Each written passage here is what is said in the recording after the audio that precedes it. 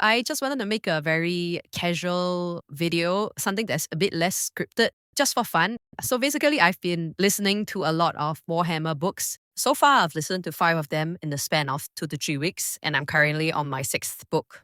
So I'm going to list down what they are, how I got into them, what I like about them, and it's going to be as spoiler-free as possible. Okay, so the titles are Knights of Macragge, Brothers of the Snake, Lucas the Trickster, Eisenhorn Xenos, and The Emperor's Gift. So the first book I actually got was The Emperor's Gift. And why did I get it? Because I heard some very slashy clips. On more than one occasion, I'd stood with her and her warband in the communal showers after training. And like this post on Reddit about the book. So that's how I got it.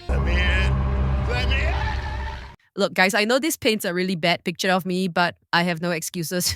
Right at the beginning, my mind was pretty blown and I was hooked onto the book straight away. It talks about the life of a Grey Knight or Grey Knights and what it's like to be a space marine psyker. I actually like the lighthearted parts of the book the best, obviously.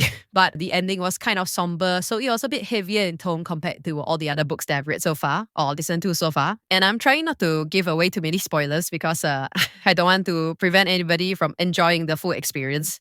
Also, that post, totally not accurate. It's totally implied. It's not explicitly said. I'm very disappointed about it.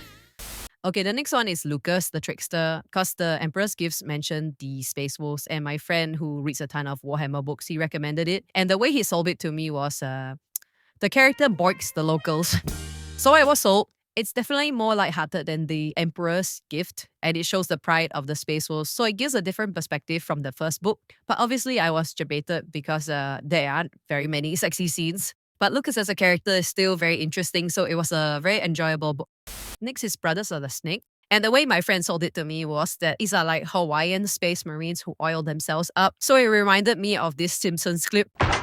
Lunch, Lady Doris. Have you got any grease? Yes, we do. Then grease me up, woman! Okie dokie. I actually love this book the best. It's actually 7 short stories about different parts of the life of a specific space marine. And you get to see what the space marines do in their downtime, specifically for the Iron Snakes, which I learned about like the successor chapters from this.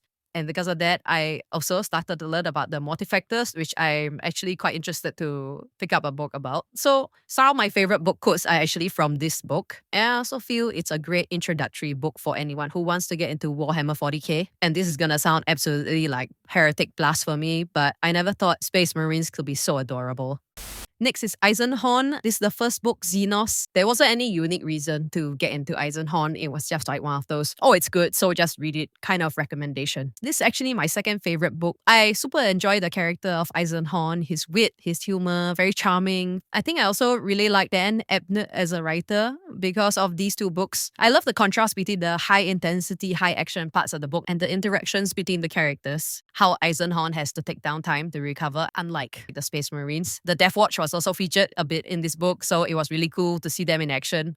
And the last book is Knights of Macragge. I asked my friend which was the best Ultramarine book to start with, so he recommended this one to me. This one started a lot slower than the rest. It took me a while to finish this one. The writing style wasn't really to my liking because it wasn't written from the perspective of a specific main character. And if I had to say, it felt like the main character was one of the guardsmen and not an ultramarine. So it was a bit boring to me. Also, it felt like it was written more for movie or TV adaptation. Like things just happen and you don't get too much character in a monologues and stuff like that. If anyone has read or listened to the book, please share your thoughts in the comments. Also, I'm not saying that Kato Sicarius isn't cool and all, but it could have been cooler.